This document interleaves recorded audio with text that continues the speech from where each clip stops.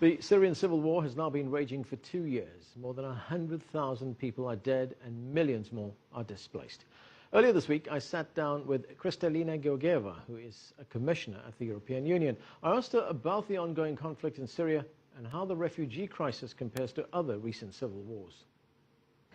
Well, let me start with a comparison with the crisis that we still remember very well, ex-Yugoslavia. Ex-Yugoslavia produced 700,000 refugees and 2 million internally displaced people. Syria already has pushed across borders 1.7 million people. Already over 4 million, probably close to 5 million, are internally displaced. We are in a situation when, if you are looking for a face of this crisis, you're not going to choose a soldier or a rebel. It will be a child, because more than half of the victims inside Syria, more than half of the refugees are children. We are talking about a lost generation. I mean, just imagine the children inside Syria that are affected, that need help. They are more than the whole population of Berlin or Madrid. And that is what makes this crisis particularly heartbreaking.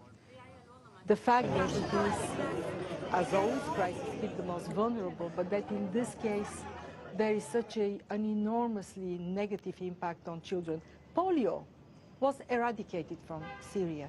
It has returned in a country that only a short time ago was a middle-income country. In terms of aid, what is the European Union doing? What are you putting in place in Syria right now?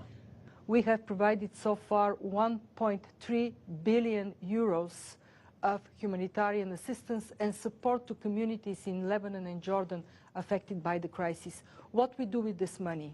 Now, just to give you examples. 10 million people inside Syria get access to clean water because of us funding UNICEF and other organizations. 3 million get access to food. We are the largest provider of medical supplies, and more important even than the money we provide, we have been the strongest voice on protection against violence and on respect for international humanitarian law.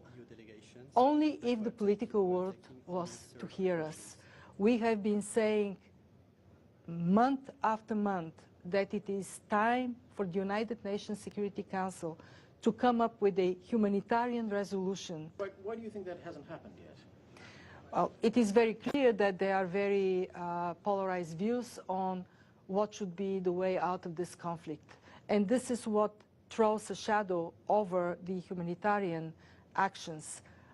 What we are saying time and again, that we have to be able to stick to the principles of humanitarianism and to set aside the political differences for the sake of saving more lives and reducing suffering.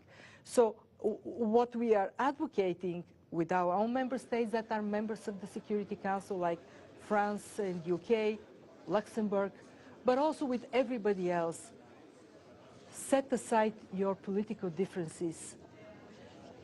Focus on the humanitarian dimension of this crisis, because if you don't, another Srebrenica can happen, another Rwanda can happen.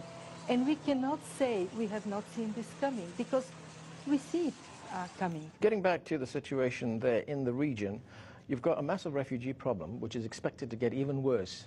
There's one humanitarian organization that estimates that by the end of this year, there'll be something like 2 million refugees. So you have the neighboring countries involved as well. Are you active in those countries as well? Yes.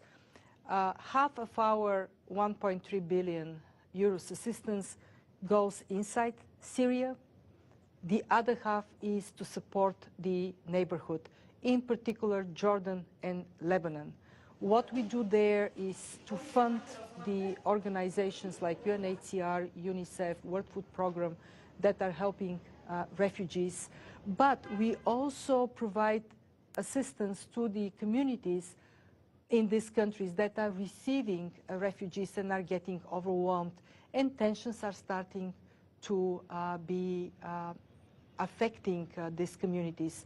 Just to give you one example, in Lebanon, out of the 1,400 cities and villages that have already received refugees, in 30% of them, the refugees are more than the local population. So it is absolutely crucial that we are able to help communities that are receiving refugees as well as to help the refugees themselves.